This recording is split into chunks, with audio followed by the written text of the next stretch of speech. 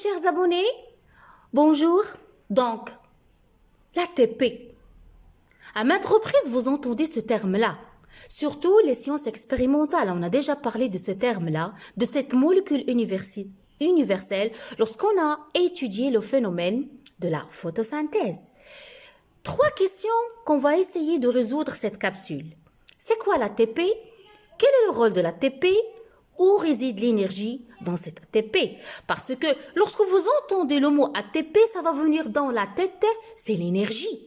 Effectivement, c'est oui. Donc vous devez savoir, mes chers élèves, que l'énergie chimique dans notre corps ou bien au sein de la cellule se trouve au niveau d'une multitude de composés. Je vous donne un exemple. À titre d'exemple, le glycogène, qui par un phénomène appelé la glycogénolyse, il va se transformer en glucose, et aussi le glucose qui va subir une dégradation pour nous libérer cette molécule-là, l'ATP. C'est quoi l'ATP? Donc ATP. Donc mes chers élèves, l'ATP, adénosine triphosphate. Donc adénosine triphosphate. Regardez avec moi. Donc le A, c'est l'adénosine, le T, c'est le tri, c'est-à-dire 3, P, c'est le phosphate. Donc, c'est la source universelle d'énergie. Elle est formée de quoi cette molécule d'ATP? Elle est formée d'adénosine liée à 3 groupements phosphates.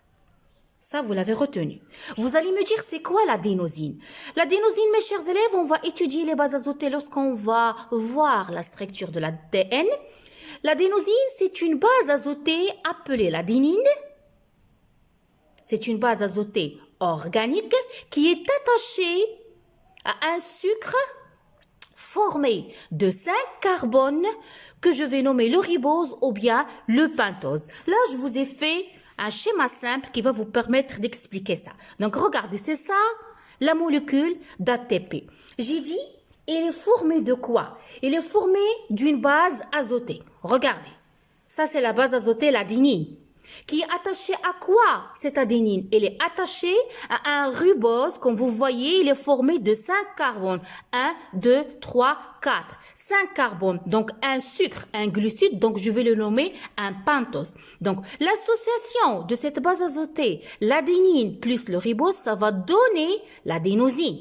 Donc on a réglé le problème de A et ça signifie quoi? Donc TP, triphosphate, ça veut dire que cette adénosine, elle est associée à 3 groupements phosphates. Regardez, le premier groupement phosphate, le deuxième groupement phosphate, le troisième groupement phosphate, d'où le nom, l'adénosine triphosphate. Donc là, on a tiré au clair, c'est quoi l'ATP? Passons maintenant à la deuxième question, quel est le rôle de l'ATP? Mes chers élèves, vous devez mettre dans la tête que l'ATP, c'est la source d'énergie. C'est la source universelle d'énergie. C'est l'énergie chimique.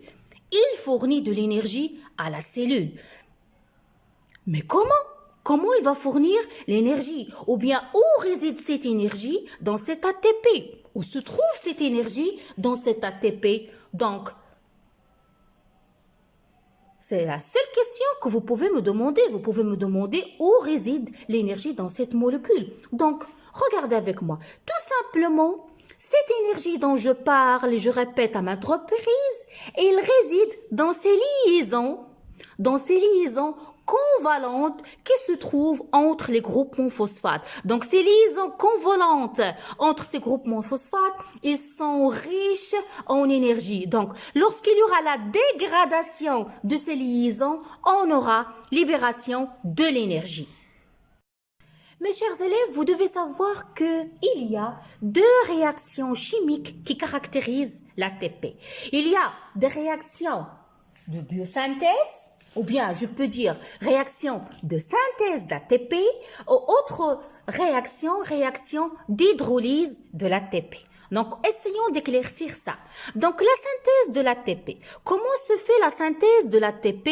Par phosphorylation. Donc, vous devez retenir ce mot-là, vous allez le trouver dans les exercices. Par phosphorylation de l'ADP. C'est quoi l'ADP? C'est adénosine diphosphate, c'est-à-dire c'est l'adénine qui est liée à un sucre qui est lié à deux. Regardez, diphosphate, ça veut dire deux groupements phosphate.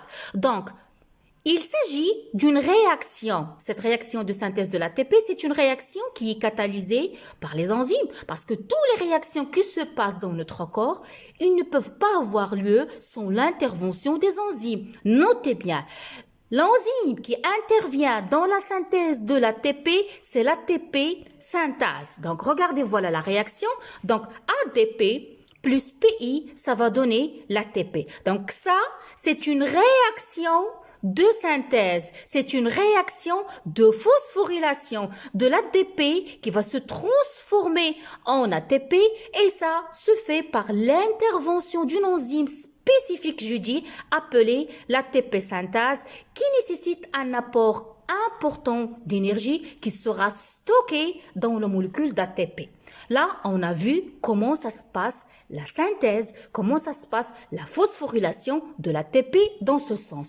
Cette réaction, mes chers élèves, elle peut se faire dans l'autre sens. Le contraire de la synthèse, c'est quoi? C'est la dégradation, c'est l'hydrolyse. Donc voilà. Regardez avec moi. Donc l'hydrolyse de l'ATP, c'est une réaction qui est catalysée aussi par une autre enzyme appelée l'ATPase. Regardez, l'ATP synthase, elle synthétise l'ATP. L'ATPase, elle dégrade l'ATP. Pourquoi? Pour libérer l'énergie qui est stockée dans la molécule d'ATP. Comme ça. Donc l'ATP, il y a intervention de l'ATPase, dégradation de l'ATP et sa transformation en ATP plus PI. Donc mes chers élèves, je le dis, je le répète, vous devez retenir ces termes-là.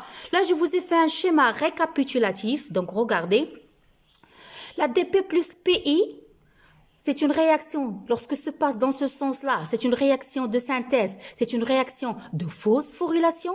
On aura formation de l'ATP, il y aura stockage de l'énergie dans l'ATP. Lorsque la réaction se fait dans l'autre sens, donc l'ATP, il sera hydrolysé, c'est l'hydrolyse. Retenez bien ce mot-là, c'est la dégradation. On aura quoi? Une libération de l'énergie ADP plus PI. Et cette énergie, regardez, lorsque je mets le terme hydrolyse, il y a intervention de l'eau. Donc cette énergie qui sera libérée, elle est estimée à peu près à moins 30,5 kJ par mol. C'est clair? Donc j'espère que vous avez bien compris la notion d'ATP, de bien compris qu'est-ce que c'est la phosphorylation et qu'est-ce que c'est l'hydrolyse. Retenez bien ces termes-là.